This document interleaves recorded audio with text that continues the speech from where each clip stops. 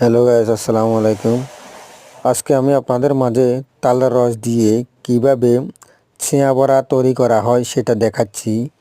সর্বপ্রথম আপনারা একটা পাত্রে 1 কেজি ময়দা এবং কি একটা নারিকেল, তারপরে হলো বাদাম, কিশমিশ, চিনি, লবণ সব কিছু পরিমাণ মতন মিশে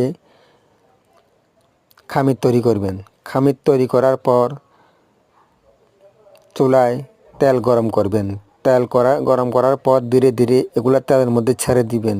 যখন আস্তে আস্তে এই যে ছেঁয়া বড়ার কালার আসবে তখন তুলে নেবেন। তুলে নেওয়ার পর হালকা গরম অবস্থায় খেয়ে নেবেন। খুবই সুস্বাদুকর একটি খাবার। এটি তালের রস দিয়ে তৈরি করা হয়, তবে আমাদের এলাকায় এখনও তাল পাকে নাই, 2-1টা পেকেছেন, তবে ভাদ্র মাসে তাল পাকা শুরু হয়।